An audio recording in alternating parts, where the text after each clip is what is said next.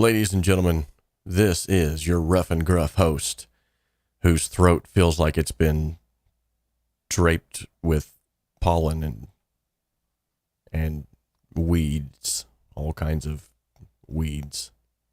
Needless to say, my throat's a little sore. I am not on any medication now, but I may be here in a little bit. But with that being said, I wanted to go live because I have not went live yet this week. Yesterday was kind of busy. We're slowly working back into integrating ourselves into in-person church. And so we had a church service last night. We had to prepare for that.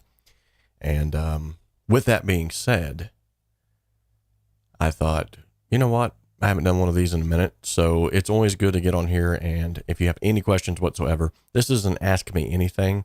I know I'm throwing Cakewalk by BandLab in there because this is predominantly a cakewalk channel. But if you want to ask me anything, literally, anything that has to do with audio production, what my favorite ice cream is, it doesn't matter. And we will answer it to the best of our ability. 𝗙𝗂𝗘𝗀 𝗧𝗵𝗲 may be a little bit more sick sounding today, if at all. I don't even know if I can get my throat to do that today. We will see, though. But enough of me crying on your shoulder. Let's give a quick shout out to what this channel is all about. So if this is your first time here, this channel exists literally to simplify the complexities of the home studio and to help you make professional sounding music in a less than professional space. We can dream alone. We can even create alone, but together we can achieve so much more. And speaking of togetherness, here's some awesome individuals because they got together and said, you know what? We appreciate what you're doing. We're going to kick you down some funds. It's because of these folks that we are able to have the giveaways that we're able to have, that we're able to pay for the bandwidth that it takes to run these live streams.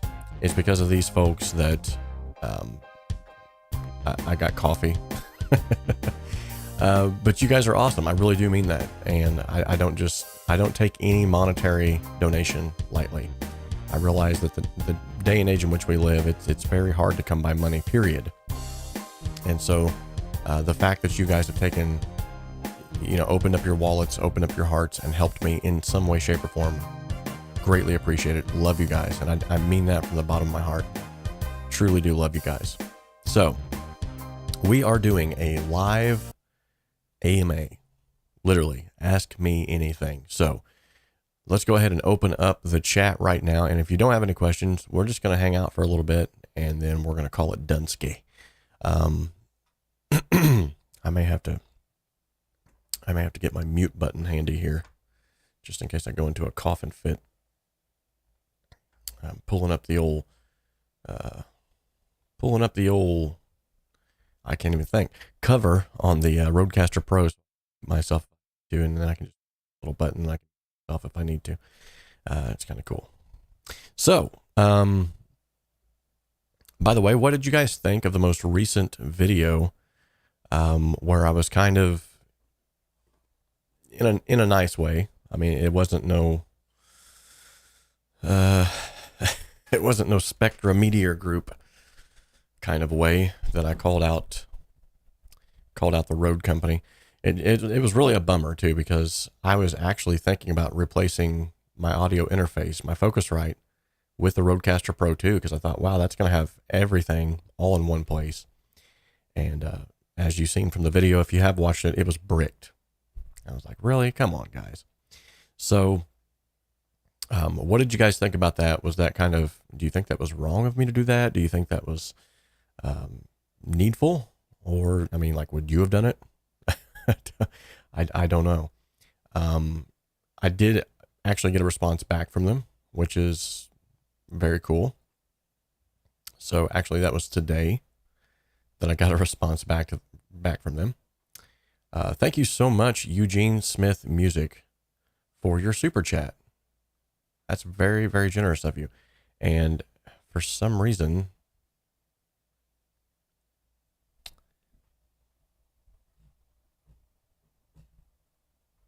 I bet I turned it off. Did I turn it off?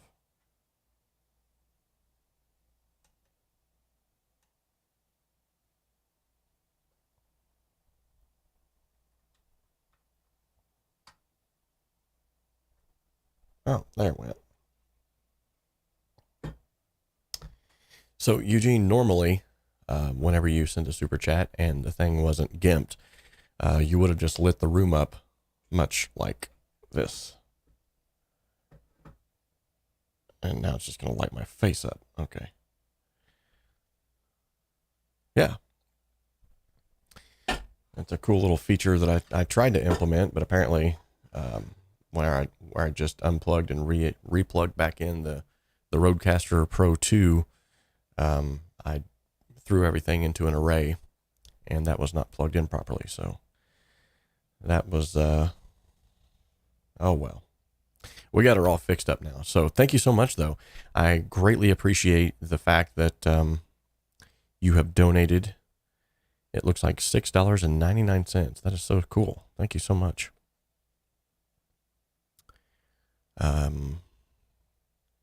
Let me real quickly check something here.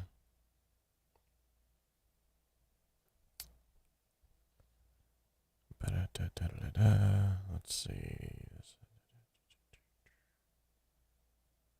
Oh yeah, okay, we're good on that. Trying to see if maybe I accidentally shut it off in here. I did not. So I guess it just wasn't plugged in. So sorry about that, guys. But nonetheless, you guys rock. Let's go ahead and bring up some questions if we have any here on the screen. And by the way, thanks to DJ Big Red 81 for keeping us in the loop about the recent mix contest. This is for the month of July. So if you want to get involved, it's a free set of multi-tracks. If you submit and you win, there's some awesome prizes on the line. If you submit and you don't win, you still get free multi-tracks. So with that being said, there is a link in the description where you can go and enter for that. And either way, it's going to be a good time. So now let's see here. Let's go into the chat and start pulling up some questions.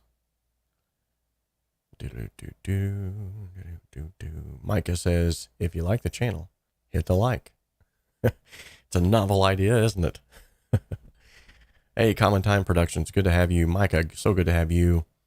Andrew says, hey there. I'm not sure, Andrew, but I think you might be a first timer. And if that's the case, we give our first timers a nice little round of applause. Norm Evans, good to have you here. I believe I have seen you here before, or maybe I'm just foggy. Eric Jones, good to have you here. Another first timer. 𝗪𝗧𝗃 probably butchered that name, but good to have you here as well. And let's see, Micah, Eugene Smith, what is up? Warren Spencer, hey, what's going on? And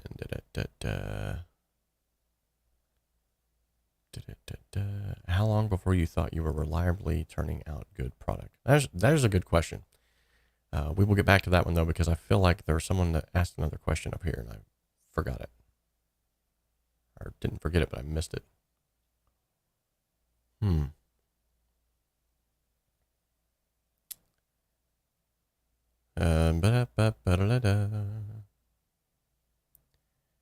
Maybe that is the first question. So if you have asked a question and I'm completely missing it, feel free to ask that question again, and I'll try to make sure to get to it. But as of right now, it looks like the first question that I'm getting is from Fenton Scanlon. Now, Fenton, I want to ask, before I answer the question,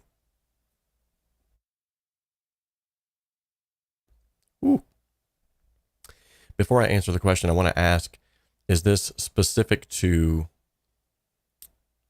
oh, Warren Spencer, there we go, that's what I was looking for. Is this specific to like music that I've created or music that I've mixed?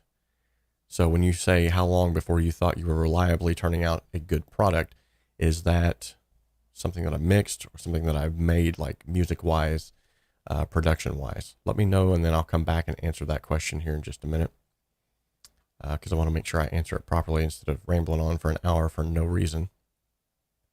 Warren Spencer says, have any super popular songs been produced on Cakewalk? Now, that's a good question.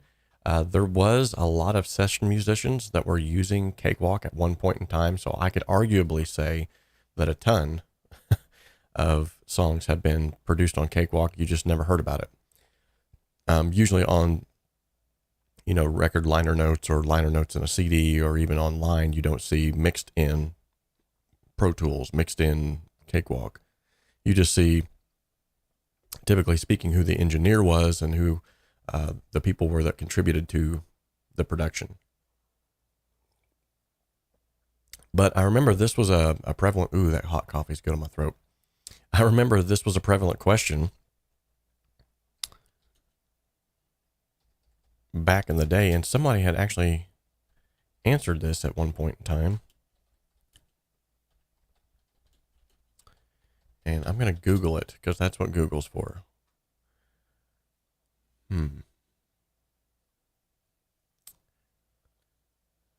Okay, so NAMM 2020 featured it, and there was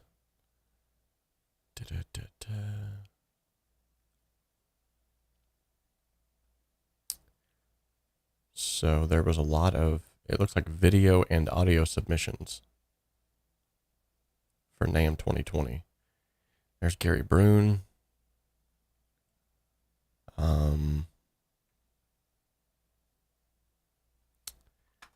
But specifically, like if you're talking like famous people, I know I seen a list on this not too long ago.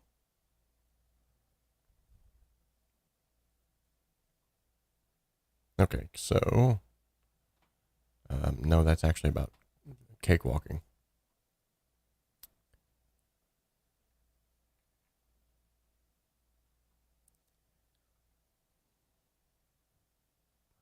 Okay, so let's type it in differently. Who, or let's say what famous person used Cakewalk? Which at that time it probably would have been called Sonar. So famous or signed artists who use Sonar.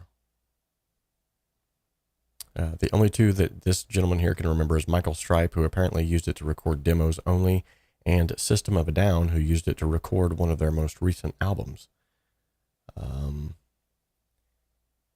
Seems like there are some more.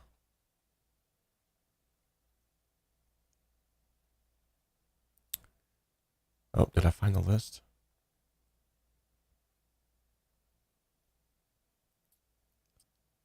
No. No, I found some spammy thing.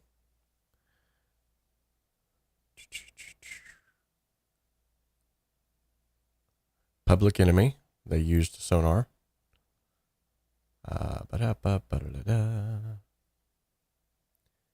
Who doesn't remember some good Public Enemy?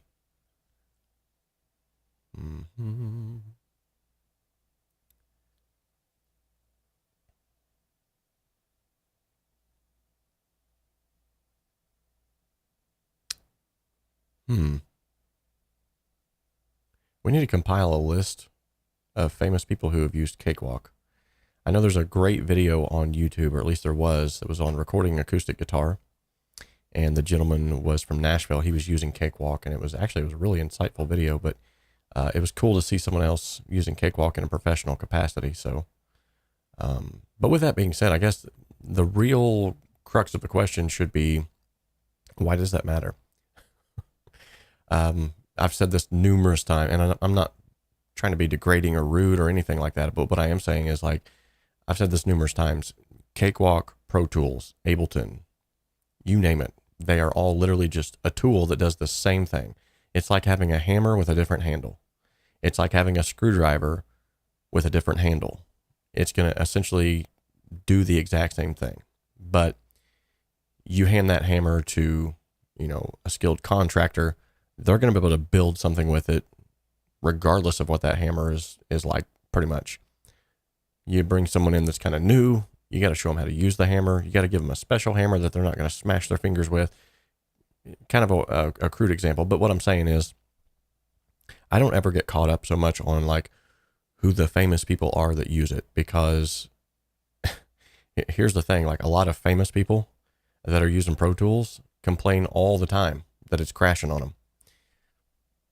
A lot of famous people that were using Pro Tools have now switched to things like Ableton or Cubase, or I mean, you don't have to be married to one DAW. As long as you have WAV files, you can throw those WAV files into any DAW and do something with it. I mean, granted, as long as it's not like Audacity or something like that. I mean, that's really like a lower tier there. Still waiting on Fenton. Okay, he's got his question coming up soon. But yeah, hopefully that answers your question. There's a list somewhere online, I remember seeing it, of some, famous people that used Sonar or Cakewalk. But at the end of the day, it's just a tool. So it doesn't really matter so much as who's using it, but what's coming, what's coming out of it. Now, a lot of times the reason why so-and-so famous artist will use Pro Tools is because most of the big name studios use Pro Tools. And that's mainly because they have Pro Tools HD rigs that cost them hundreds of thousands of dollars, and they can't just abandon that now for another DAW, even if they wanted to. So, yeah. So the next question was from Common Time Productions. This is Mary and Sam, some sweet people. She said, ooh, I got a good one for you. So currently I'm dealing with how to be creative and productive on days when you're not in that mindset. What are some strategies for keeping focused creatively? That's a really, really good question. So here's one thing that I like to try to do. Think outside of your wheelhouse. So if you're predominantly recording, mixing, and mastering songs that have to do with the folk genre, pull off something online, go to the, the Cambridge library, go to the VIP section of the membership area within our great little community over there. Get you some multi-tracks down off of there of something that you've never worked with before, and just play around with it, see what you can do.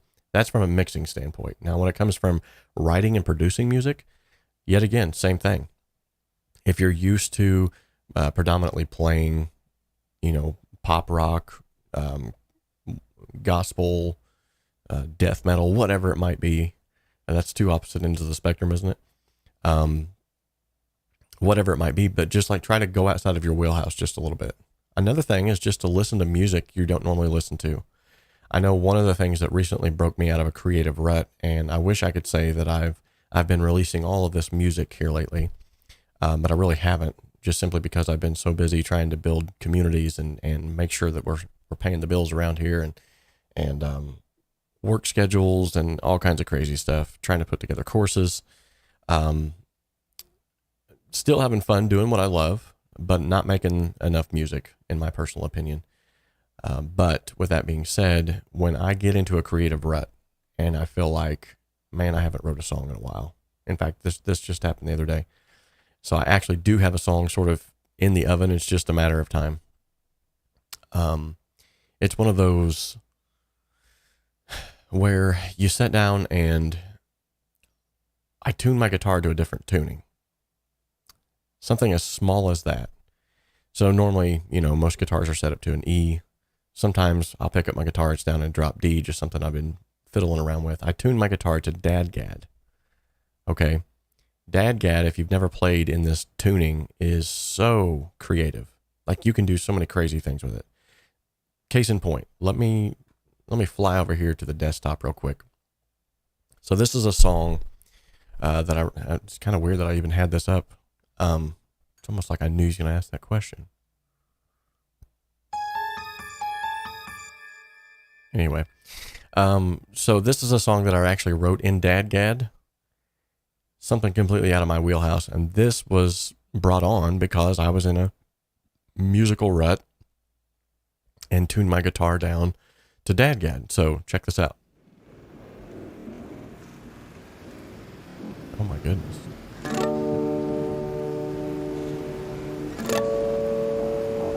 Oh, I get it. This was recorded in 41, and I'm trying to play it back at 48. Let's see if that helps. No? No, not really.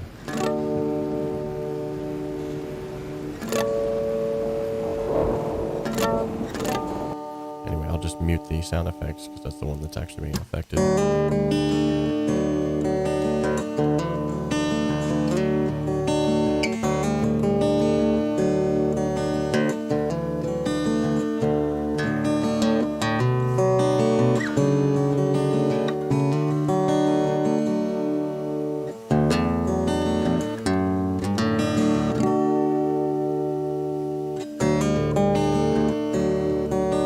Yeah, kind of cool.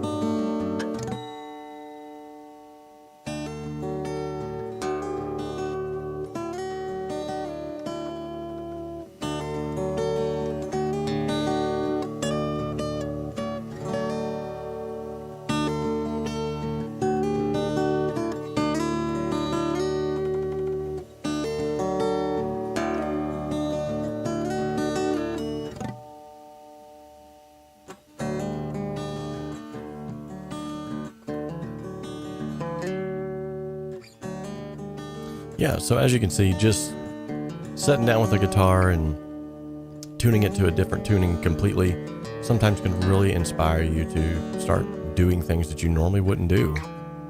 And for me, that's sometimes what really helps to break me out of a creative rut, especially if I'm not feeling creative, because let's face it, we all get to those points in time.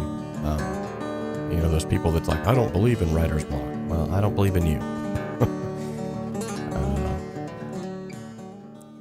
But anyway, I like the fact too that with guitar you have that ability to detune.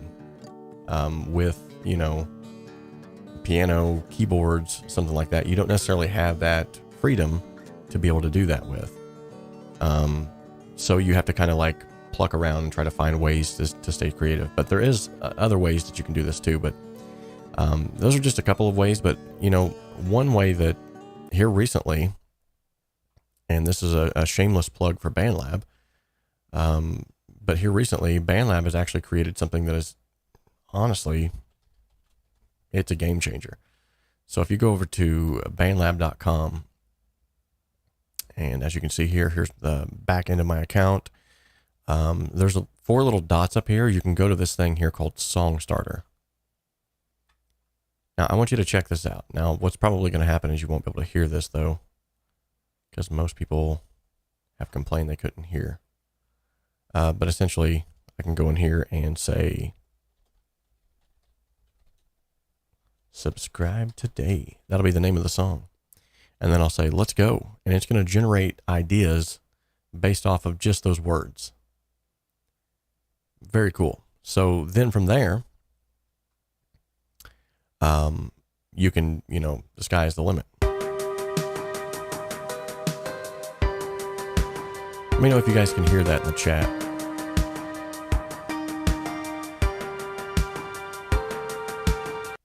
So that's the first variation though. So if you can hear that in the chat, just give me a quick thumbs up or something. This is the second variation.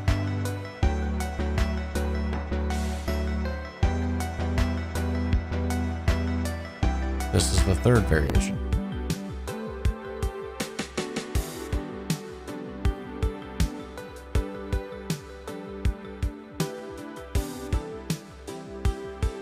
Very cool. Now here's where it gets crazier, because the vibe right now is set to daytime, but at any time I can set that to evening, and now it all changes again.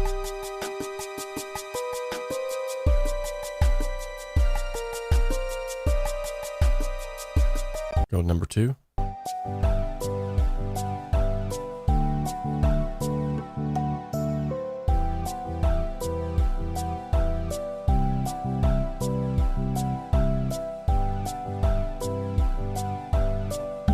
So see, number 3.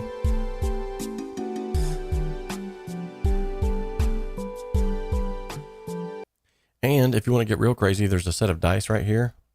It'll just garble up everything. You can say, okay, I want a new idea. Give me a new idea. And you can keep trying this infinitely until you find something that inspires you. And this is really cool because if you're stuck in a rut and you don't know where to go from there,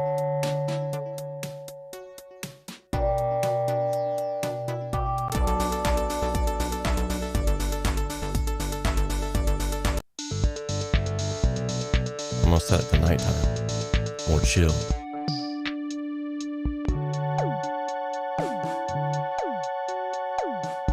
Okay, so now let's just say, for instance, I got inspired by that. I can go to Open in Studio, and now guess what? It's going to load up all the tracks that were used to make that little ditty, and then I can manipulate them any way that I want to make them mine. Very cool.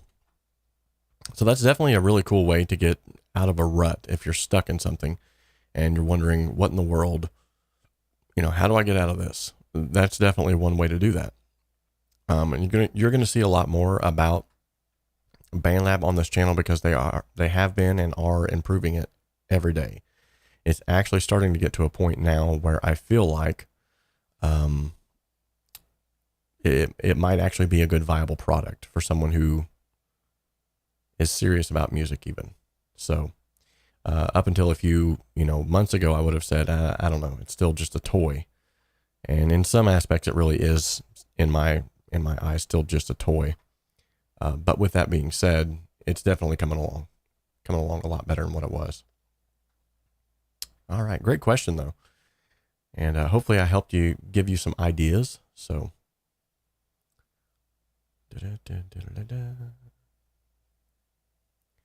okay, so Eugene Smith says, "What to do if you're stuck? I have lyrics and chord progressions, but lack the skill to get the basic track on guitar." Okay, so this sounds more of like a skill set issue, which I practice. Or, if you have lyrics and chord progressions, you could simply just create the chord progressions in some kind of a MIDI format. So let me close this screen here real quick. And there's a ton that you can do with MIDI. So if you look at the capabilities of MIDI, you've got one set of chords that you could play and turn it into 1,000 different instruments. And then solo those out, listen to them all at once, and now you're golden. So for instance, here is literally just MIDI information. So thank you, Alan Bender, for subbing. So here is literally just MIDI information, okay, on my screen. Now inside this MIDI information, all it is simply just information. There's no sound innate within these until I tie them into something. So I have to send that MIDI signal, that sound, that information, I have to send that somewhere so that it can then resonate, become audio. So with that being said, on this one right here,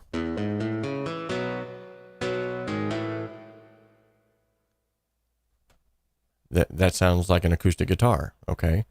But this is from Strum Session. This is an old Cakewalk by BandLab VSTi. But at any time, if I wanted to change that, I can right click on there, I can hit replace synth, and I can choose from a myriad of others. Let's change it into Sampletron. Okay. Now, when I play this, it's going to be something completely different. I still have the same chord structure. I still have the same idea, theoretically. Obviously, this wasn't my idea, but this was Rush's idea. And then I can change that entire soundscape now.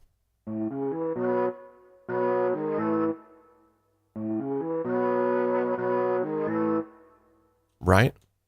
So there's 1,000,001 different ways in which I could, effectively get out of that rut. If I have lyrics and chord progressions already, it's just a matter of making it happen one way or another. So whether or not that works for you, I don't know. Everybody's different. So, but you got to do what works for you. So I wish I had more of a better explanation on how to, go about doing that. But unfortunately, from what you're asking, it just sounds like if you're trying to play guitar, then you just need to play more. I know that sounds kind of cheesy, but that's really what it is. So let me see here. I'm going to break into some old Sonar projects.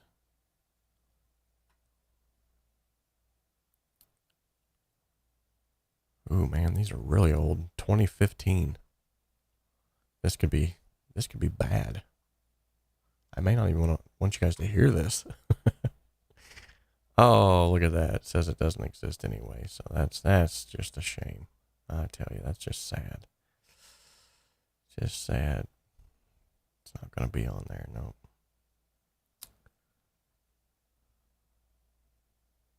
Oh, yeah. See, it can't even find it all. That's just crazy. That's just sad. Crazy sad stuff. So anyway, let me go back to the questions.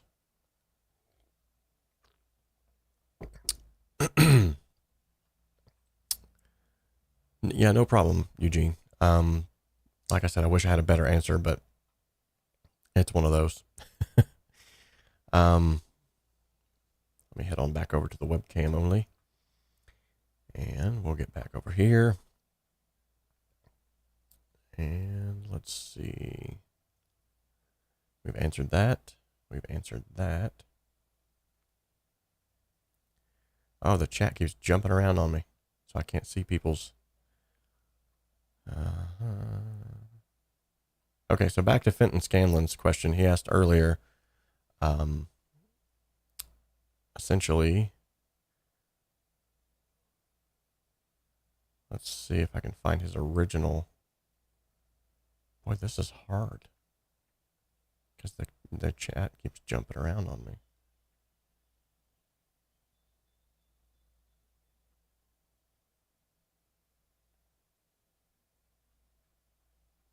Yeah, he asked the question like way up here, though.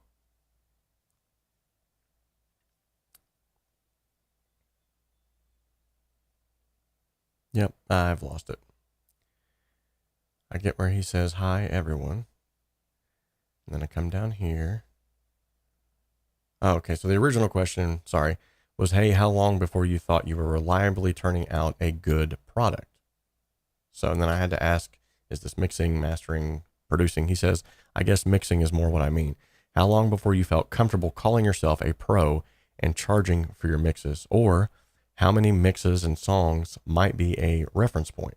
So sort of this is a really good question, by the way, but sort of a defining moment, sort of a turning point for most of us is whenever we deliver a mix and the person's happy with it. I mean, if you're delivering mixes and they're still going, I mean, obviously you have to set your own standards too. And this is why I always have to try to ask individuals as many questions as possible right up front whenever you're mixing their projects. But whenever I felt like I was consistently churning out a good mix is whenever the revision numbers kept dwindling and the drop-offs completely, or, people that would say, I'm going to start with you, and then they would midpoint be like, I think I'm going to go with a different engineer, which is fine.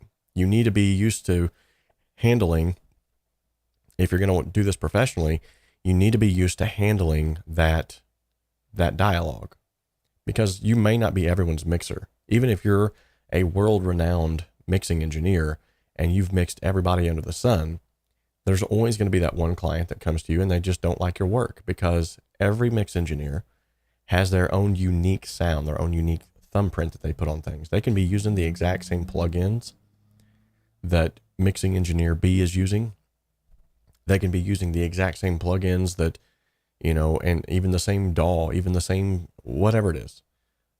We've seen this inside the studio, like whenever I was tracking individuals and they came in and said, oh, I've got so-and-so strings, I've got their signature guitar, I've got their amp, I've got their pedals. Why do I not sound like them? Because you're not them. And so this is why, you know, a lot of times people have said before, like, why are you doing this live mixing? Like, you're giving away all your secrets. Okay. I'm trying to help people. If you learn something from what I've taught you, you're still going to sound light years different than me. And even if your mixes are 100% better than mine, you're still going to sound different than me. So the point is, when you start getting less revisions, and when you start putting your music up against references, and you A/B them back and forth and go, hey, that's pretty close. That's interesting. Then you can really start, and that's another point to bring up here. You need to start using references in your mixes while you're mixing, and volume match that reference so that you actually can base something that you're mixing off of something that's already well mixed. Then you can go back sort of A/B, and I just froze. What just happened? You can go back and sort of A/B between the two and go, okay, this is what I want it to sound like. Do some free work at first. Download free multi-tracks online. There's a ton of them over at the VIP membership area. There's, you know, submit songs into the song contest. We have one every month, except for this month, we're having a mixing contest. You can get your perfect example. You can get your hands on a set of free multi-tracks this month to download and try to get better with. Now, I said all that to say this. You can get to a point where you get stuck in a rut and you start sounding the same. You can get to a point where you don't feel like you're getting any better. But there's also a sort of a law of diminishing returns that comes with everything in life. So if you go and you buy a camera, say for instance, I'm talking right now through a Canon M50 Mark II. I owned, before that, I was doing my live streams with a Canon SL3, and I wanted to upgrade to a mirrorless. So I did. But if I was going to step up to, like, let's say a Blackmagic camera, a red camera, once I get to that point, it's diminishing returns past that point. And even from this point until there, the gain that I'm going to get, the return on investment that I'm going to get is going to be exponentially smaller than it would have been just by purchasing something just a little bit more expensive. So the graph is kind of like, you know, everybody thinks like whenever I reach that moment where I've got that plugin that I need, that my skills are going to go from here to here. And that's just not the case. What happens is your skills go from here and then they're a steady climb. But the more work that you put into anything, that is what is going to ultimately improve whatever it is that you're doing. I know it's the 10,000 hour rule. It's the this and that rule. But it's true. If you want to improve, start now by importing some multi-tracks and just playing with them. Because the thing is, you're going to have to learn how to hear as well. So if you want to learn how to hear, then you got to keep mixing. So it's one of those things that I found out that I was consistently churning out a good mix when I started getting less revisions. And when people were sending me messages back going, oh my goodness, you have taken this song and just, it's huge now. It's exactly what I wanted it to sound like. When I started taking my mixes and playing them in the studio and then going and playing them in the car and going, that's pretty stinking good. That was an internal. Okay, so you have to internalize it as well as externalize it. So you're going to have your internal markers, your internal monuments, where you go, that sounds really stinking good to me. And then you're going to have your external, where you give it off to, you know, a client, and they say, that sounds really stinking good to me. When you can get both of those, then you know you've made it. But even at that, I've talked to hundreds of professional mix engineers, and they will tell you all day in and all day out that winning a Grammy does not make you an awesome mix engineer. Is it cool? I'm sure it is. Maybe someday I'll even be there. But that's not what makes you a great mix engineer. What makes a person a great mix engineer is when you can take someone's tracks and they have a vision, and you can take that vision, and without stepping on their toes, without changing everything the way that they intended to be, you can just make that vision come to life. You've become a great mix engineer. And if that customer, if that person comes back and says, I really love this mix, you've become a great mix engineer. Are you going to nail it every time? No. Are you going to nail it 90% of the time? Probably not. And that's why I always include 3 revisions, and anything after 3 revisions is a $10 upcharge. So if I have to adjust anything after those 3 revisions, you're going to pay me another $10, because usually if I can't nail it in 3 revisions, it's just a matter of pickiness. So case in point, with one of the Fenton Scanlon actually just asked for a couple of different revisions, and then he emailed back and he was like, I'm so sorry, I didn't mean to, I hope I'm not bothering you. No, exactly. That's exactly why I include those mix revisions, is because I know that I'm not going to nail it first time around perfectly to your revision. Has it happened? Yeah, but that's rare. That's very rare, because I don't hear things the way that you hear them, and you won't hear them the way that I hear them. And so we have to keep communicating until we get to that point where it's like, okay, we have officially nailed it. Both of our visions are aligned. And so along those same lines, though, I have had, an individual whose name will go unmentioned, who asked for 19 revisions. Now, he paid for the extra revisions, don't get me wrong. But, after a certain time, and here's the crazy thing, he went back and he actually ended up choosing revision 2.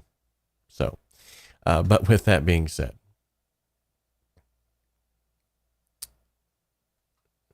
I'm still trying to search out these files to see if it'll even pull up. It would be kind of cool if it did, though, because I feel like this could be something kind of nifty. It's recorded so many years ago. All right, but great question. Keep them coming. We are going to have to hop off here before too long. My son has a kickball game tonight.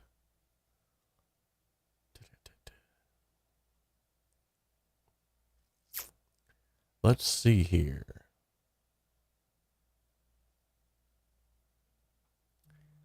Oh, looks like DJ Big Red 81 has actually found a list of individuals who have used Cakewalk by BandLab. This is cool.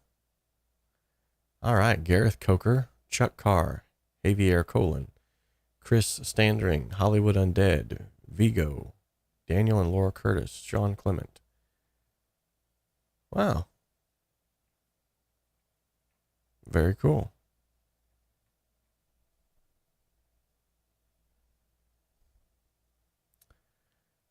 I apologize. I had a coworker that just emailed, and I didn't know if it was important or not. So, Ian Bluestone, that's another one.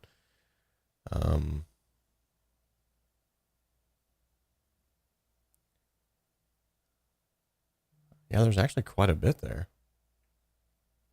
So yeah, why am I not in here? I want to know why I'm not in here. I guess because I'm not. I ain't nobody. David Gamson. Yeah, there's actually quite a list here.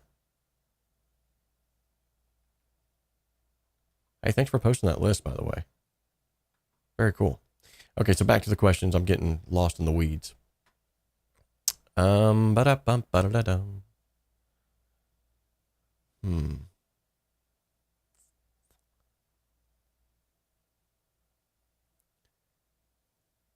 Forcing the learning aspect of something new can help. Yes, and that's in reference to being stuck in a rut. So,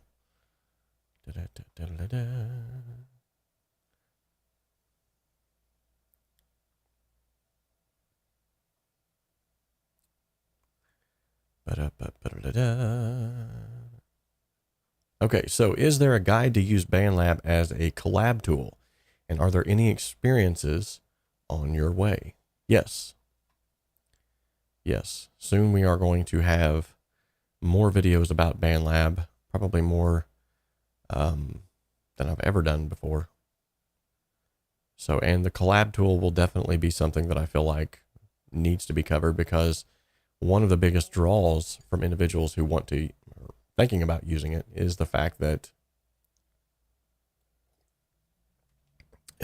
you can collab with anyone across the world, and you all can pull up the same files.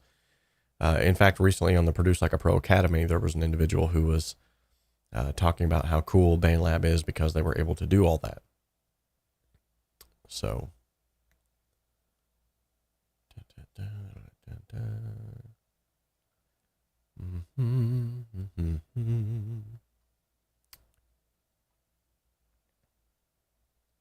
hey, no problem, man. Greatly appreciate both of you. You guys are awesome. Mark George is up in here. He says, I like chocolate ice cream, by the way. And whipped cream and syrup too. Maybe the cream, but not the syrup. Okay, now we're getting lost in the weeds again. Here we go.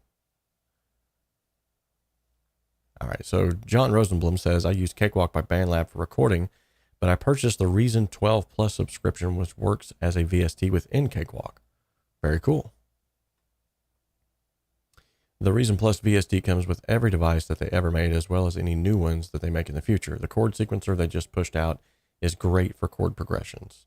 That sounds pretty cool.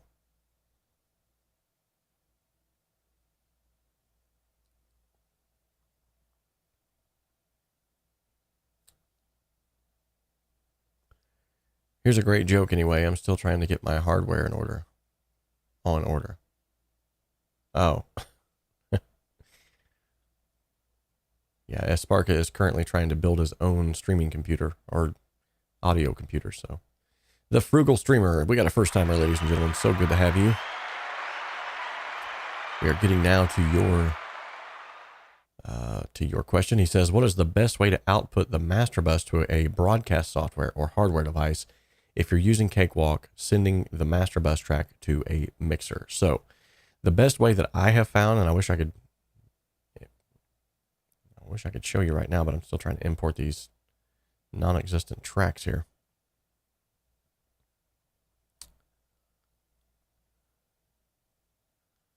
Let me see if I can just...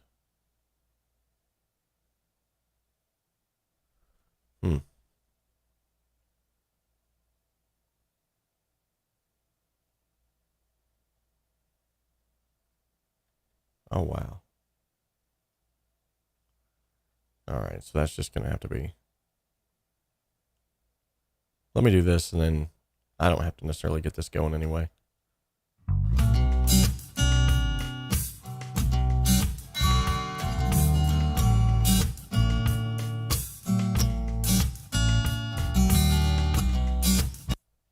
Ooh, that's an old song. Okay, so back to the desktop. So here within Cakewalk by BandLab, what you can do is, let me get this off the screen. And let me set that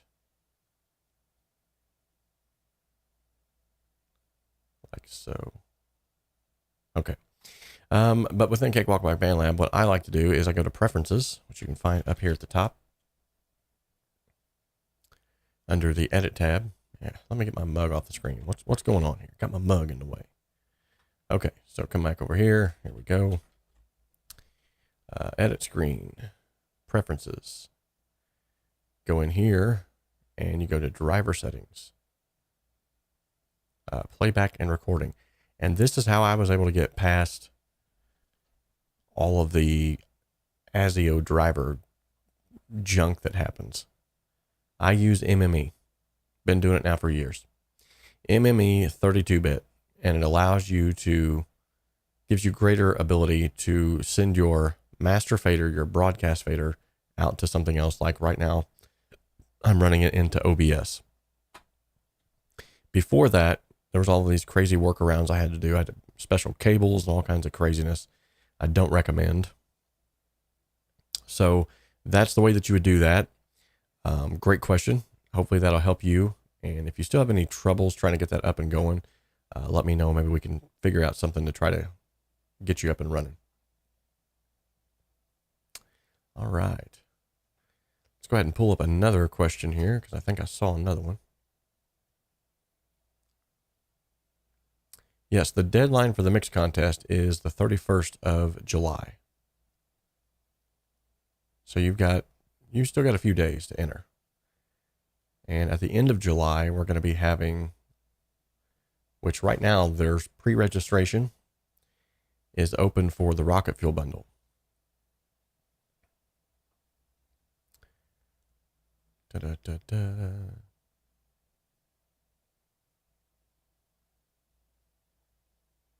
Okay, so here's another one from the Frugal Streamer. He says, what's your approach to mixing electronic drum kits, iVice acoustic? I'm assuming that means versus acoustic. So, it depends on what drum kit you're talking about, because like I use predominantly, let me get my head in the center here. I use predominantly, I don't see it in this project. So I loaded this entire project up for nothing.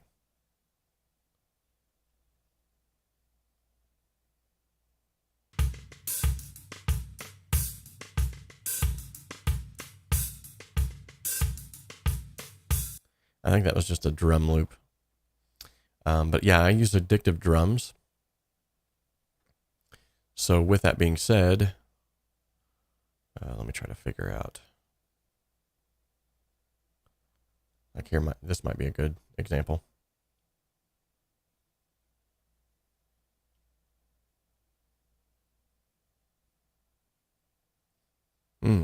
Yeah. NDI output, that's kind of sketchy. I know what you mean.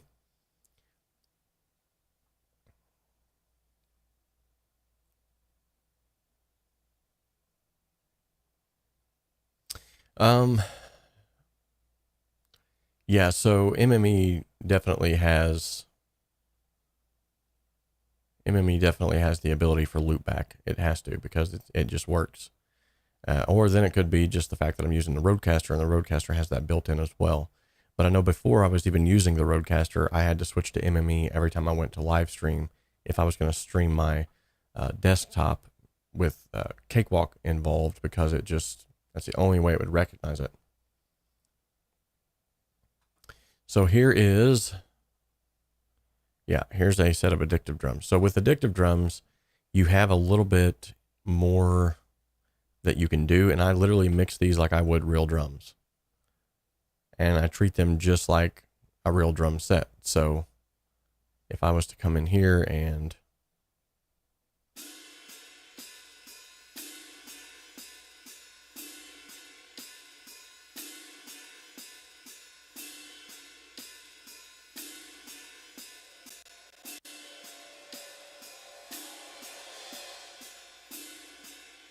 this is the live drums that are with that.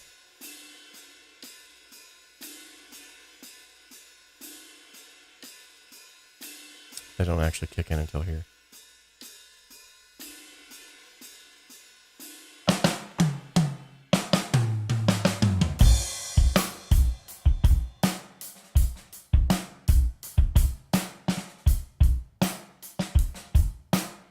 Yeah, so I literally just mix them like I would real drums. I don't even treat them any differently. Now, that's with, like I said, that's with hold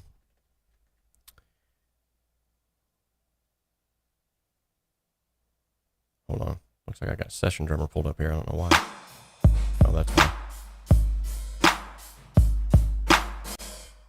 Yeah, this song has a lot of variation, a lot of changes going on.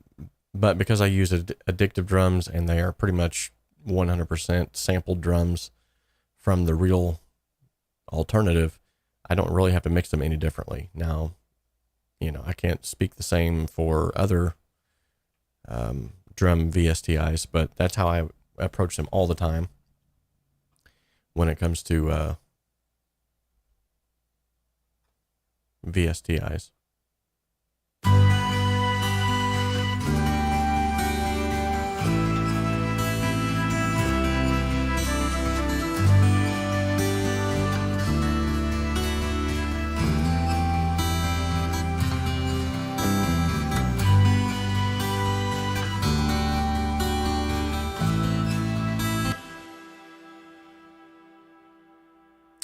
Interesting.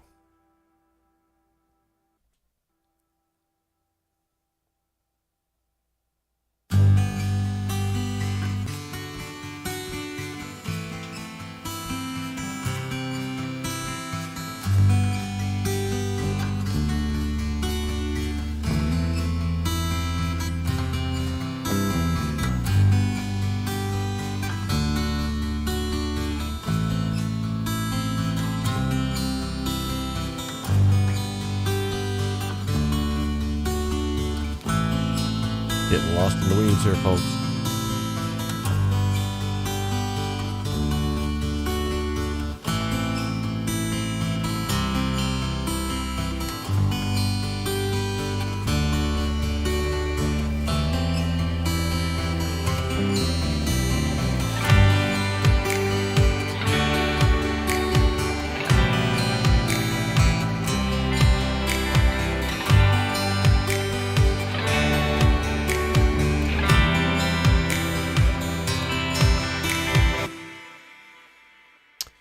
That's sorry, that's just a little production I'm working on for someone here, a local artist.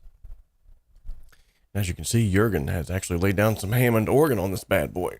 Oh, Leon Banks has laid down a little bit of guitar. Ooh, Chris Knowles has laid down some drums. That's called collaboration, and that was done within the VIP membership group. So, did anyone hear something about whether Cakewalk plans to support the new plugin format, Clap? I have not. That's a good question. Probably would be in the forum. Let me go and check real quick. All I got to do is type in Clap.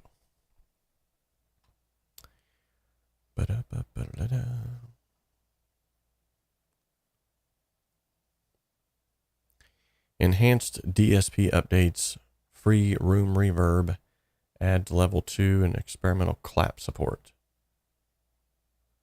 Audio Thing Wires now supports clap. Bitwig announces clap.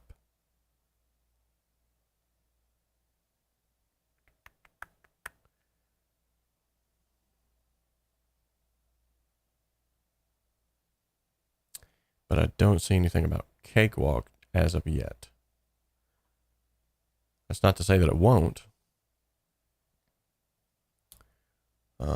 But let me try to log in. Maybe it'll have, because I do have access to a sort of a different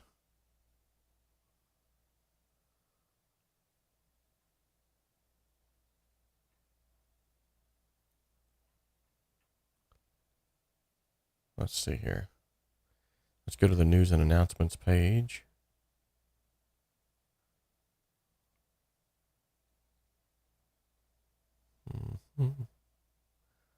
Wow, there's nobody's posted in here forever in the news and announcements. So I'm assuming that's no longer. Okay, so June 10th was the last update.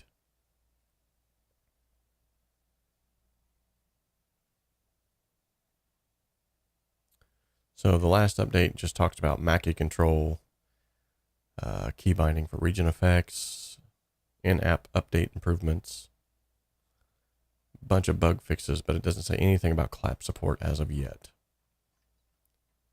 So I would like to tell you that if they decide to roll forward with that I would know, but I probably won't. I'm usually the last person to know. Unfortunately. And then they contact me and be like, hey, we need a video done like tomorrow. Can you do that? And I'm like, no. You're going to have to give me a week. Don't get the claps, Micah says. Okay. Restream plugin by Reaper works best for me. That's if you're using Reaper, I'm assuming.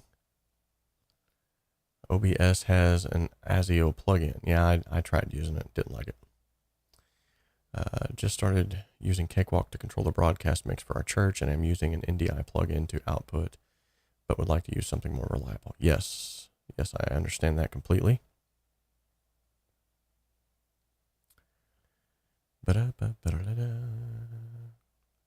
Yes, definitely. Has my camera froze again? Yes. Yes, it has. Great.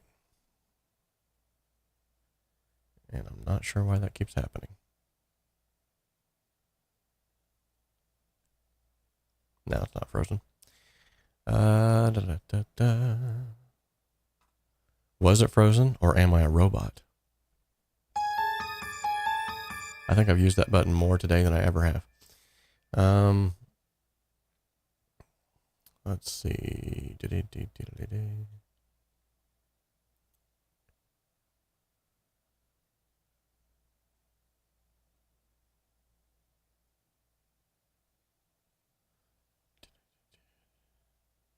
Mixing with Cakewalk is a new venture, and your channel has been a huge help. Well, awesome.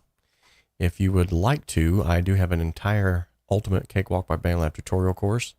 You can purchase that, and it has everything, nuts and bolts, all the way up to mixing a song, and you actually get a song to download and mix along with me as well. So nothing about claps so far. Cam froze. Yeah, my Cakewalk hates 𝗬𝗏 too. You can use the unfreeze function on my camera. That's funny. You guys are nuttier than squirrel poop. The Frugal Streamer, welcome to intern level. Awesome. So good to have you. We have a new member to the channel. Thank you so much.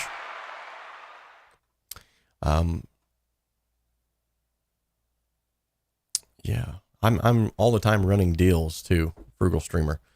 And especially if you're using it for worship. In fact, because you are using it in a church setting, send me an email and I'll even give you a discount code for that. I'd like to help a brother out. You can email me at homestudiosimplified@gmail.com. All right. Well, we have answered to the best of our ability all of the questions. I want to reach over to this screen right here and remind you, if you have not liked the video, to do so. And if you have not subscribed as of yet, I'm frozen again. Why does this keep happening? That's weird. The above audio video is disconnected. Why? I wonder if the cable's loose.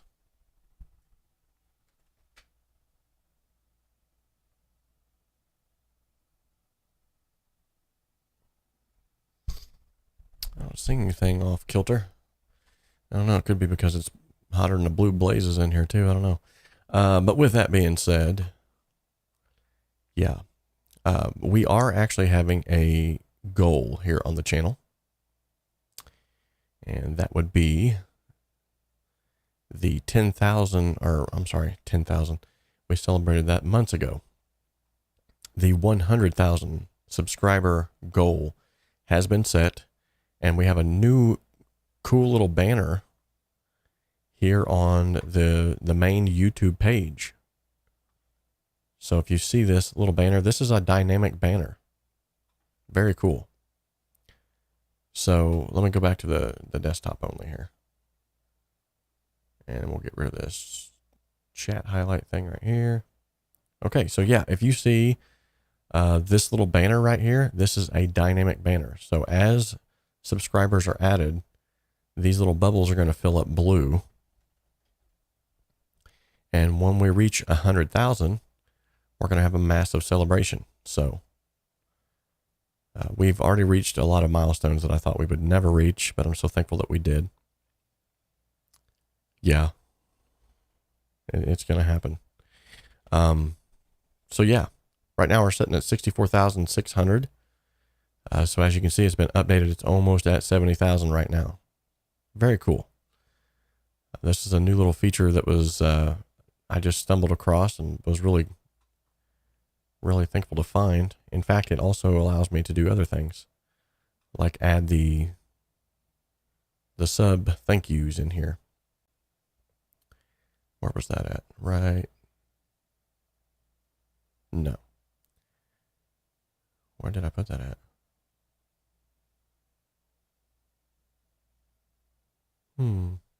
Oh, yeah, this.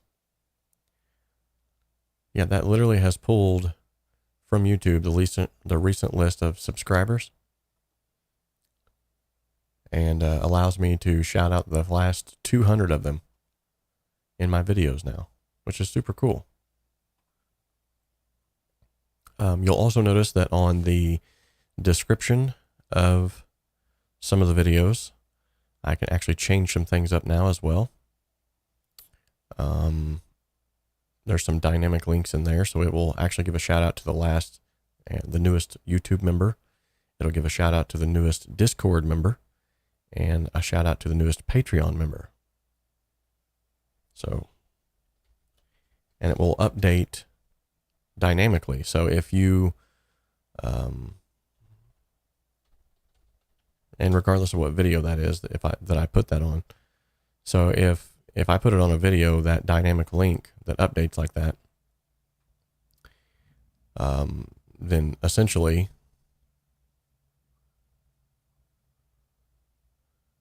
every time someone, like let's say 𝗏𝗏 just joined the Discord,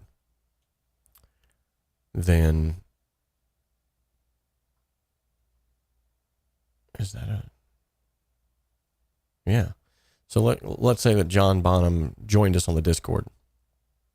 He would be able to have a shout out on a video, and then from there, if 𝗏𝗏 was surpassed by 𝗵𝗍𝗀𝗀, then even on the same video, even if it's years ago, 𝗵𝗍𝗀𝗀 will come up and it'll say, welcome to our newest member. It's very cool. Very cool idea. So, yeah. And I'm gonna try to actually, let's see if I can do this.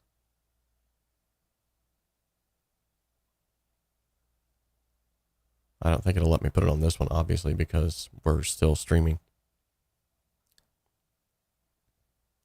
But like, let's say I want to put it on this one.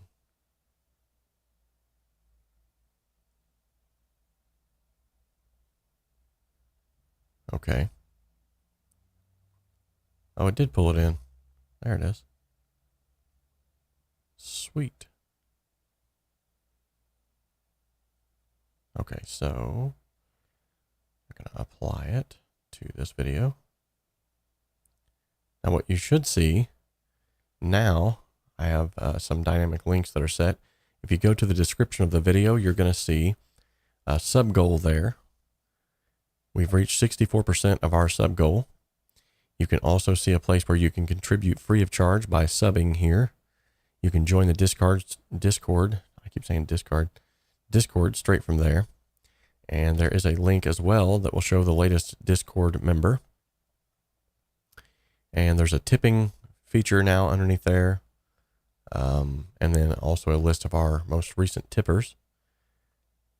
You can become a Patreon member under there, and it'll also give a thanks to our newest member. So it looks like 𝗪𝗏 has joined the base tier. He's our newest Patreon member. Thank you so much. And then you can become a YouTube member there as well. Now, if you want to support the channel for free, you can use the affiliate links at no extra cost to you. If you want to buy something, you can do so through there. Yeah, very cool. So if you head over to the description now, that should have been updated. You'll kind of get to see what that looks like.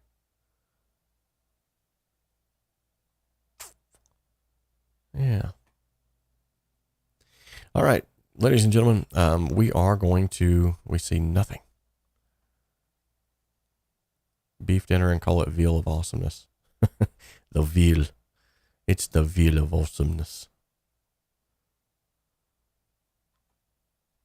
Speaking of Wheel of Awesomeness, like I said, probably can't bring 𝗙𝗂𝗀𝗀𝗀 out. Oh, you said you can't see it. That's probably because I This is Webflow Interact. Yeah, here it is. Let me get my mug out the way. So you can contribute free of charge by subbing here. You can join the Discord here. Here's some ways you can tip. Become a Patreon member here. And it shows you your newest Patreon member, and that will update dynamically with the name of the individual who just joined. And then here's some affiliate links as well as the podcast if you want to support for free. Yeah. Pretty cool. It's a new little thing that this company is trying. It's reached out and asked me to use it. It's called 𝗪𝗀𝗄𝗃, and it's a way for you to add dynamic links to anything that you have on YouTube, which is super cool.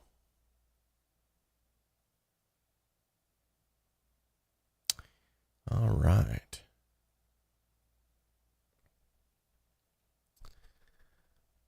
Okay.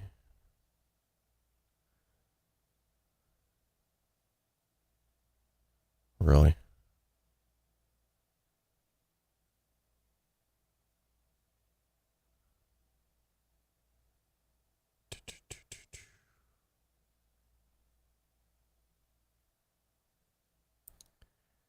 Okay.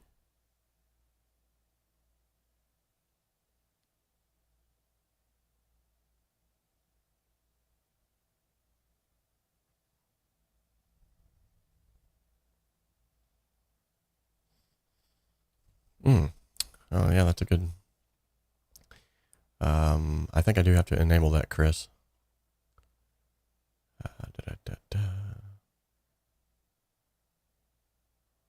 Okay, so that's stream settings.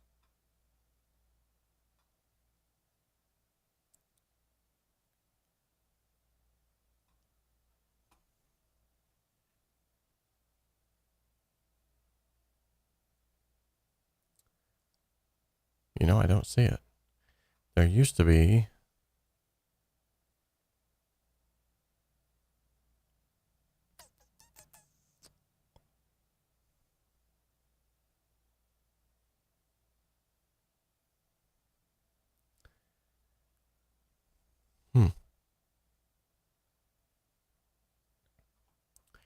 Yeah, I don't know. I have it enabled where you can do that, Chris.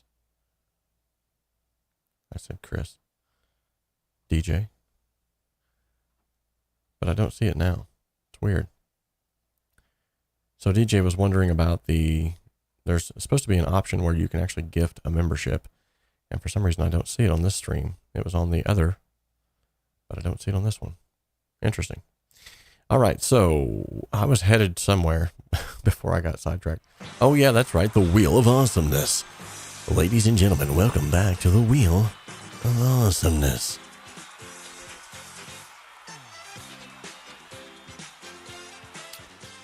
A warning out to everyone, I had a random message on a comment I made supposedly from our Robert saying that I had won something, so be aware, it's not our Rob, it's a scam.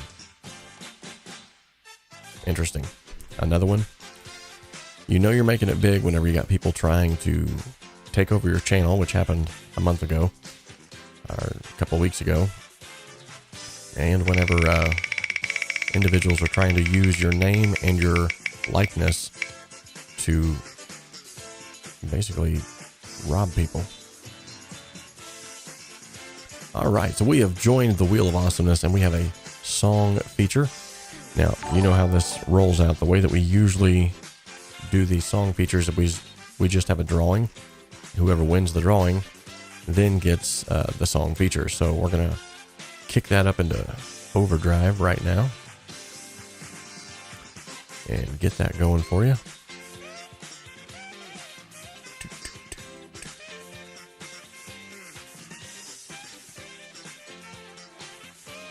All right, the giveaway has started. You have 3 minutes to enter. Exclamation point, capital H, capital S will get you entered into the drawing for a free song submission here on the channel. You can submit a song and I'll play it and feature it here on the channel.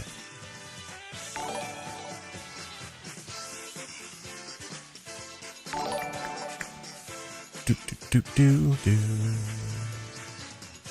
Do do do do do do do do do do do do.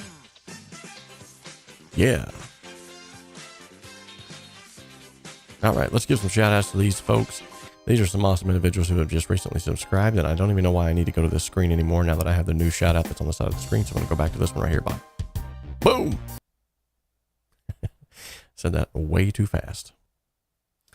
All right. So while we're waiting for that to wrap up there to draw the winner for our song contest, or our song feature, I should say, I'm gonna see if you guys want to check something out with me. This is kind of funny. Let me try to pull it up first and see if I can even find it. Ah, here we go.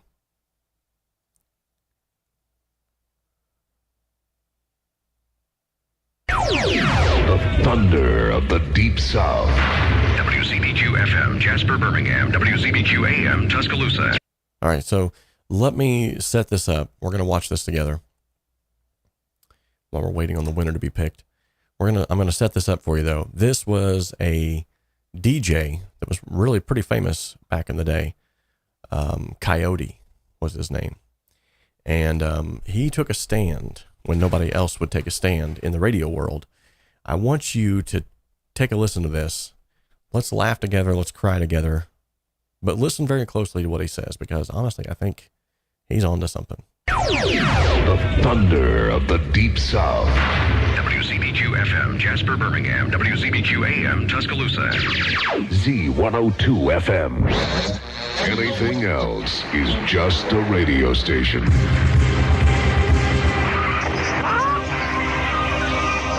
Oh, that's very nice of you to say so. I thank you very much.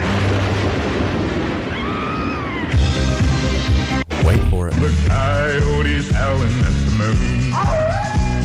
Z102. It's my show. I'll do whatever the hell I want. Peace of mind. I give you a piece of my mind right now, ladies and gentlemen. I don't think we play enough Boston. I don't think we play enough Pink Floyd. We don't play enough 𝗕𝗏. We don't even play any Mountain. Who? Mountain. Shut up. So because I love you, but more so because I love me, and it is my show, I can do what I want. Let me continue and play. Ooh, for Boston. There's a long version, a long time. It's been a long time since good music was heard on this radio station. We're going to remedy that tonight, ladies and gentlemen. I feel so good. I want to take myself into a hotel room. I feel so good about myself.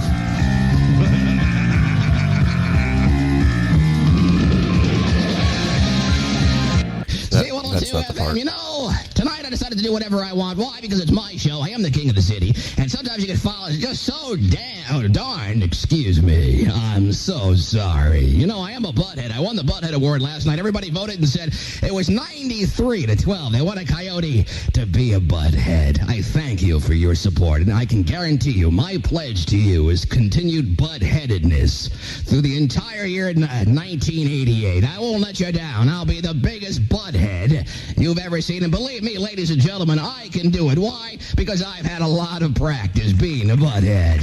I appreciate your support and your votes of confidence. What we're talking about right now is this station's format, which is bugging me. You know what I'm supposed to play next hour? Oh, Madonna, Open Your Heart. Police, Every Breath You Take. We haven't heard that song enough, have we? Police, Every Breath You Take. How many times do you think we've played that song in the past 4 years? Probably 5,000 times. My point is, how many times have we played Pink Floyd off their brand new CD? 0. None. Well, you know, I've played 2 or 3 cuts off the Pink Floyd CD in the past 3 months. You know how I did it? I sneaked the CD in here and I played it without authority and without permission. Why? Because I knew you wanted to hear it. The CD has sold 4 million copies. We play nothing off it. That's a good business decision, isn't it?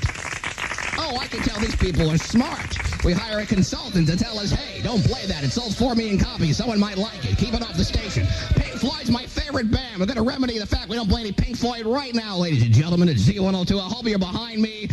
Stand behind me because we have to change this autocratic way and this completely fascist way this radio station is run. I'm sure you agree. You're tired of hearing the same old garbage day in and down. Let's play some. Where's that pitch load?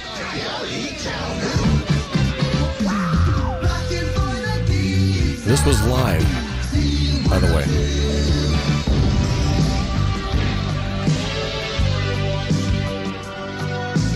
Ladies and gentlemen, I think my medication's finally worn off.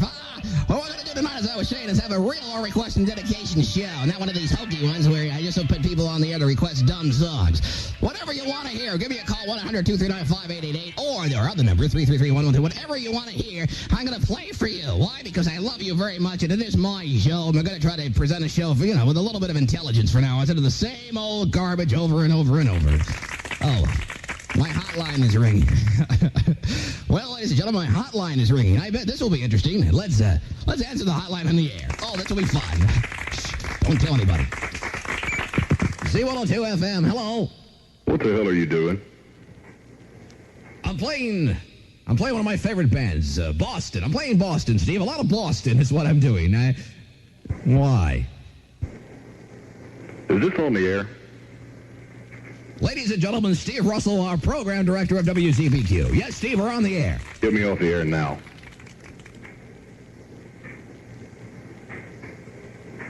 Lighten up, Steve. It's just a bit, just a joke. Get me off the air now. No, I'm not going to. If I take you off the air, then you'll give me a bad time. Why don't you just tell the people since...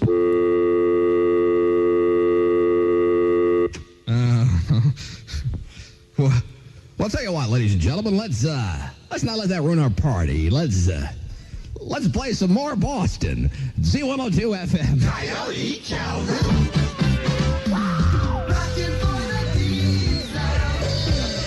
Oh, it gets better. I do apologize for the explicitives. I completely forgot that they were even on here. Z102 FM, there you go, ladies and gentlemen. They love me, they're behind me. We can't always play the same thing every night. This station is run by fascist, communist, socialistic, programming fatheads. It's an old catch-22. We play a lot of garbage. We're going to try to balance the garbage from now on my show with some good stuff. We're supposed to play a commercial, too. Let's do that. Okay, enough of that. I don't really feel like playing commercials. I'm on a roll. I'm feeling hot. I'm really worked up. I'm a little woozy. I am seeing double. I think I'm going to faint because well, what we really should do, ladies and gentlemen, before we continue, is call Steve Russell back because I really don't want him to be angry at me. He is, after all, the program director, and he did sound a little miffed and a little peeved. Sometimes they take these things so seriously. So I'm breaking the format for 1 hour. Big deal. We're in ratings right now, so he's hyper. Let me call him. We'll just call Steve and make sure that he's not angry with me. Hello. Hello, who's this? It's Janice. Janice, ladies and gentlemen, the lovely wife of Mr. Steve Russell, Janice. Hello, Janice, how are you? I'm fine, thanks.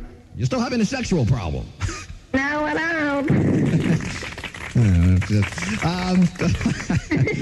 Let me speak to Steve, please. He's not here.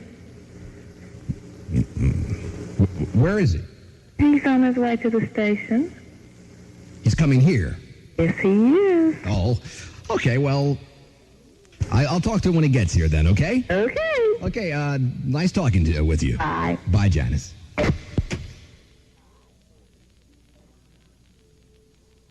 Z102. Okay. Oh, we want to play... let's play some Mountain. He should enjoy this driving in. I think Steve will enjoy some Mountain. We don't play this either. Here's some Mountain, Steve.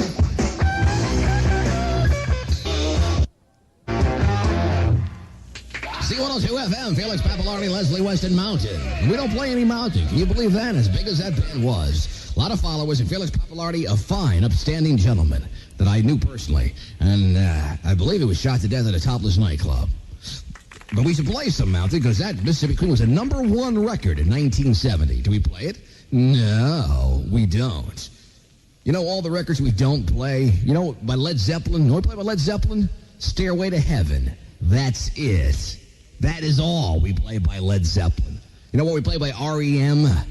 One song, the one I love. They have 7 albums out. We play one song. And you know why this happens? It's really not Steve Russell's fault. I know he's driving to the station, probably listening to me. I hope you are listening to what I'm saying right now. Listen closely, Steve. I don't hold you responsible for this. I know you're just a victim of this machinery, which we call radio. We're all victimized by this monster. Ladies and gentlemen, we have a consultant in Virginia that we pay big money, I mean more money than anybody here at the station makes, to send us music lists on what we should play. He tells us what to play and dictates to you what you're going to hear, and he's in Virginia. Here's the music sheet right here. Look what we got. We got Madonna, Prince, Huey Lewis, Styx. Oh boy. How adventurous. How adventurous. But Steve is on his way to the station. What I'm going to do is I'm going to leave the microphone on, because when Steve gets here, I want him to state his position. I want him man to man to sit down in the chair and tell everybody why we listen to this Jeffries boob and why we follow these music sheets and have no leeway what to do. I'll tell you something. I got to follow this music sheet, but if the ratings come back and my book is bad, you know who's going to get fired?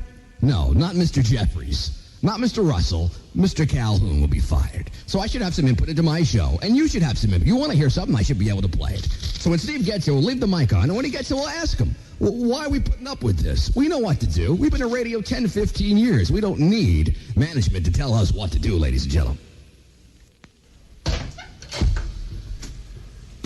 Shut the mic off. Ladies and gentlemen, the program director of WZBQ and my friend, Steve Russell. Hello, Shut the mic off. Back off. You're making it worse. Shut the mic off. The mic stays on. Cut the mic off or you're gone. I cannot believe that this is a big damn deal. Cut the mic off now. Sorry. Mic stays on. I'm sorry. Cut the mic off. If you come close to the mic, Back off, Russell. Let go of me, you... Cut the mic off. Let go of Cut the mic off. Mic stays on. Mic is on. Get it off now. Your mic is on. I'll kill you. Oh, Shadow. Oh, God. Shadow, are you all right? Shadow, cut the mic off Playing the Supreme? now.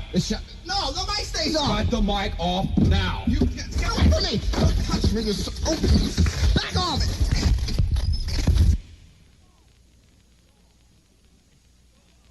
You're gone.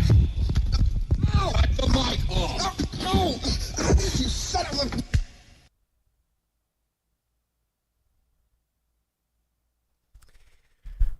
Wow. So if you just tuned in, once again, I apologize for the explicatives. I completely forgot that they were even in there. My bad. But what you just heard was an incredibly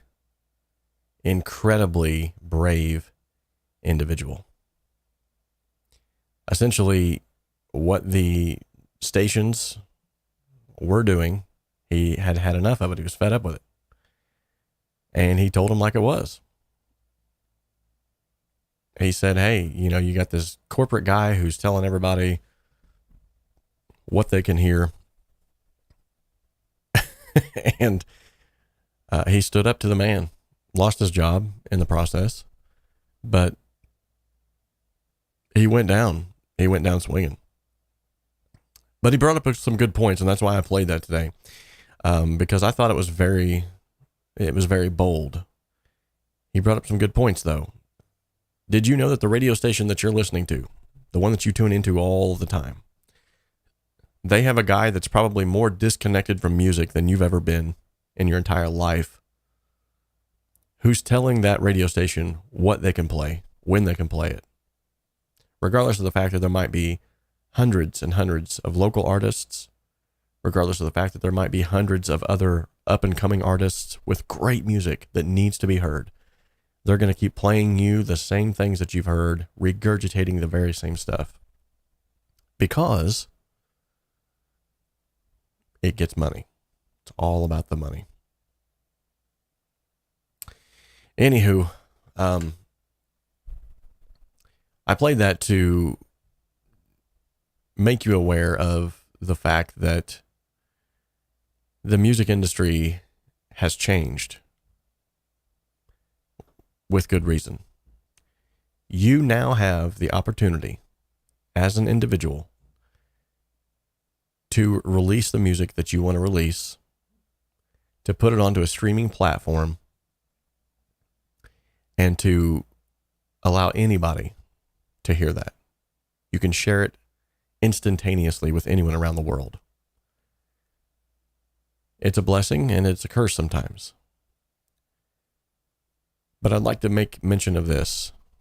What good is all of the songs that you have that you're setting on if nobody's ever going to hear them? You see, I have a fundamental problem.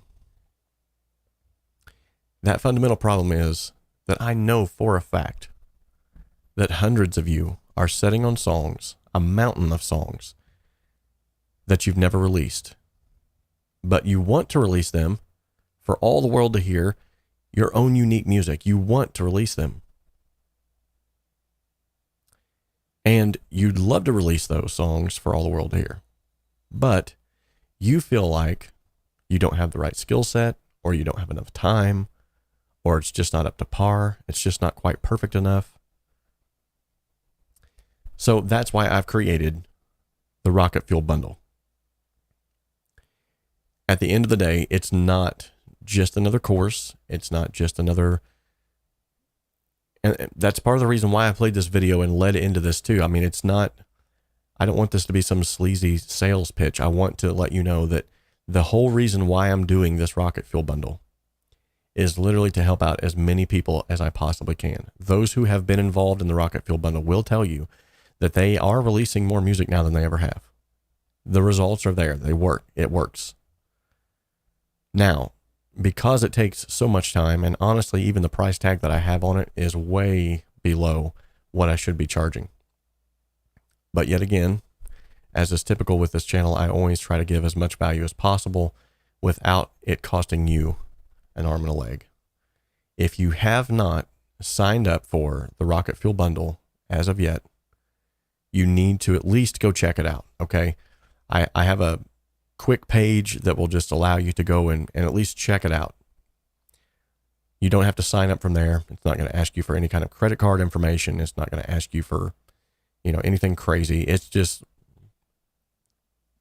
go check it out. I promise you that if nothing else, it will at least, you know, pique your interest and make you go, okay, that actually sounds like something worthwhile. Now, what's included? Because a lot of people have asked, you know, oh, it looks like DJ beat me to it. A lot of people have asked, you know, is this just another course? No, it's actually all of my courses rolled into one, but you don't just get the courses. So from the very first moment you make your first payment, you get access to all of the courses. So even before the Rocket Fuel Bundle actually begins, which will be August 6th, even before that begins, you can already have access to those courses, be watching those, be up to speed whenever those do begin. But then we take 5 different Skype sessions, group Skype sessions of 10 people or less. That way it's a more close-knit group. And we literally get laser sharp focused on what it is that's holding you back and how to get past those hurdles. I will give you practical tips that you can use at every single mix that you set down to, or every single production that you're going to work on, regardless of the genre, regardless of the DAW that you're working in, regardless of what you are doing. It will improve your skills, guaranteed. And when I say guaranteed, if you take the Rocket Fuel Bundle course and by the last session you feel like this was a complete waste of time, I'll refund your money, no questions asked. Okay? Nothing else? It's definitely worth going to check out. So I hope this has been an insightful show. I tried to do my best to answer all the questions that I possibly could to the best of my ability, and also include a little element of fun. Of course, that's what we like to do around here. We love to have fun. It's okay to have fun. We don't have to be all nose to the grindstone, super serious all the time. But with that being said, if you enjoyed yourself around here, make sure to give it a thumbs up, and keep your eye out on the channel for recent videos that are going to be popping up soon. I do have, for those of you that are here on the stream, how about I do this? For those of you that are here on the stream, I'm going to give you the opportunity, real quickly. Let's see if I can pull this up. I think I can.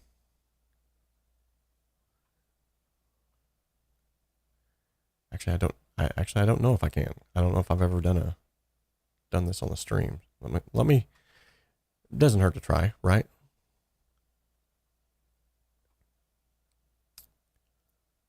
Okay.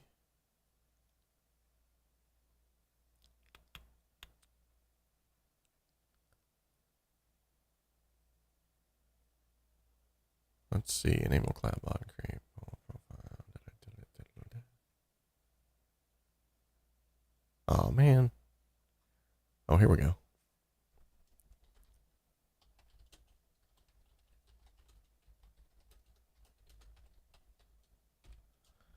All right.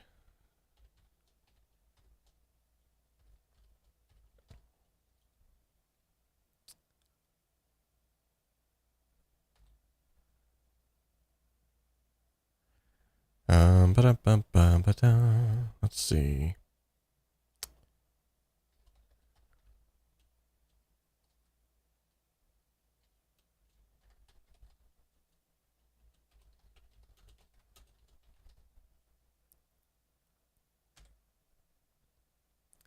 I've never done this before. This is kind of cool.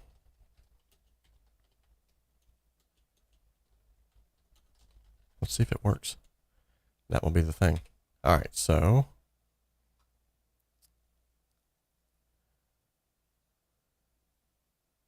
going to set another 3-minute timer on this one. Okay, I've started a poll. I'm sorry, it's a 5-minute timer.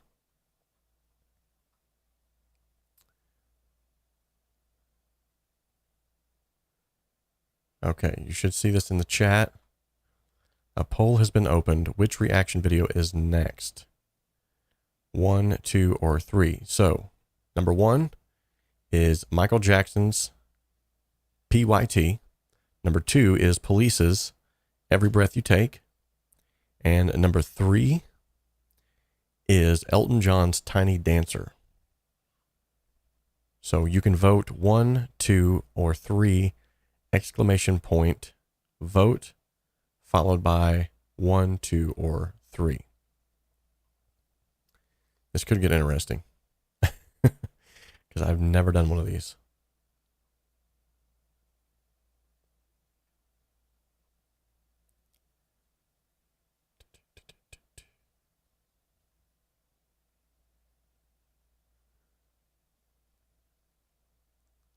All right, looks like we got 1 vote for Tiny Dancer.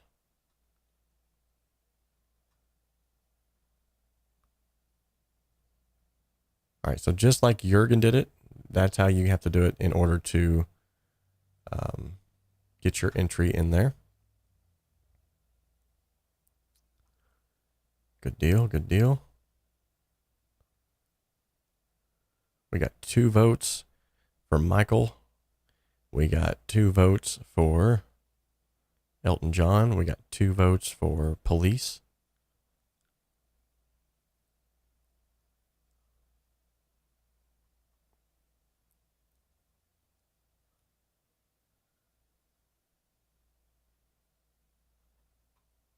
Good deal. It's even right now. It's an even kill. We have 3 minutes left on the clock. So we've got, can't make this stuff up, 33.33%. I told you guys that number keeps coming up. Who is going to tip the scales here? 𝗪𝗏 says, spin the wheel. Let's do it. While we're waiting on this poll to get done, we'll spin the wheel.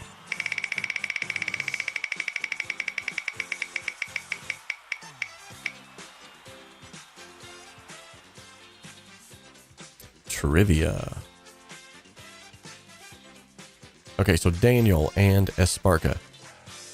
You have to type in exclamation point vote followed by the number after that.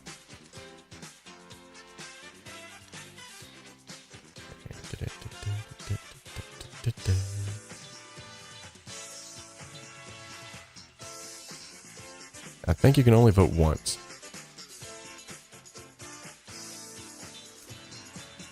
The scales are still even. So remember, number 1 was Michael Jackson, PYT, or Pretty Young Thing. Number 2 was Police, Every Breath You Take.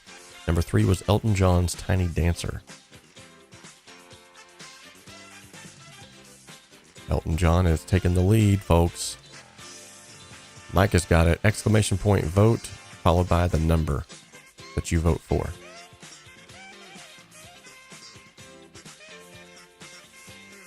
Awesome. Oh, Police, Every Breath You Take is taking the lead now.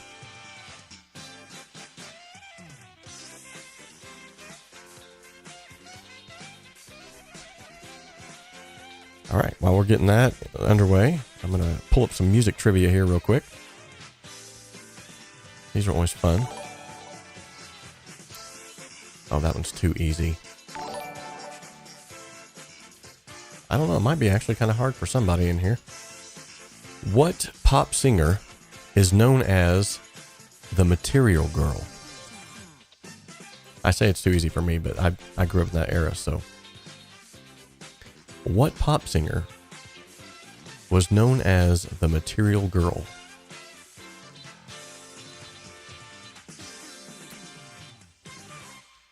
Yeah, it does appear that you can only vote once. Right now we got a tie between Police and Elton John. Who's going to break this tiebreaker?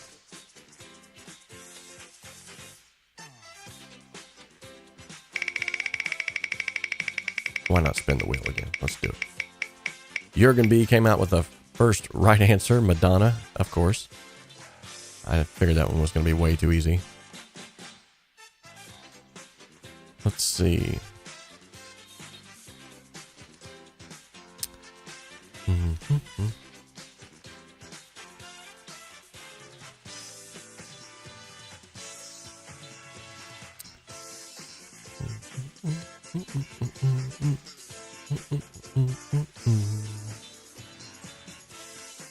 Okay, here's a good one. What band did Jimi Hendrix tour with in 1967? Oops.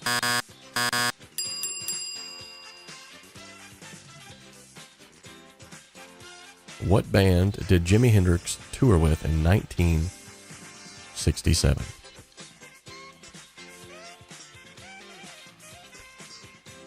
Okay, so we do have a completed poll. And it looks like second and third place were both Police, Every Breath You Can Take, as well as Elton John's Tiny Dancer. 𝗧𝗵𝗲 with the first right answer. Nice. Yes, it was the Monkees. Very, very good. Jimmy managed to get through a total of only 7 dates with the Monkees, culminating in his final show on July 17th of 1967, which may or may not have ended with Hendrix saluting the crowd with his middle finger. Interesting. Very interesting. No? Yeah, so recent poll is closed now, so it's a toss-up between the two. First person to correctly answer this right will tip the scales. Who was the great psalmist of the Bible?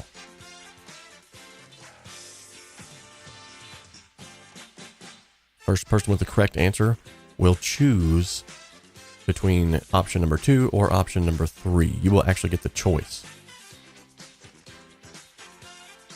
Who was the great psalmist of the Bible?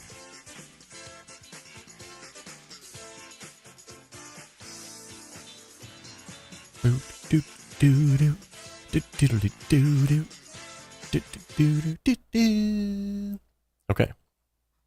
𝗫𝗏 with the first right answer. 𝗫𝗏, you get to choose. Who was... The question was, who was the great psalmist of the Bible? And it was, in fact, David. So you get to choose option number 2, Police, Every Breath You Take, or option number 3, Elton John's Tiny Dancer. Leave that in the chat, and that will be the next reaction video coming out soon.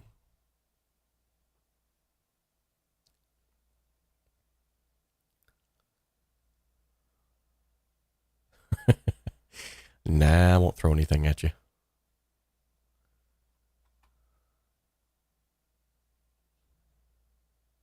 All right. once I have Jürgen's final decision, we will call this stream 𝗪𝗀𝗃. The police. Good deal. All right. Well, first and foremost, now,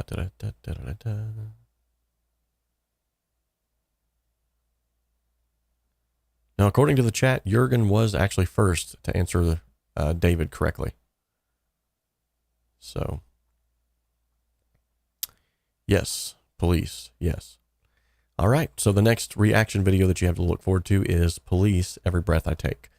All right, guys, until next time, remember, we can dream alone, we can even create alone, but together, we can achieve so much more. God bless you all. Love you, each and every one of you. Have a good, safe week.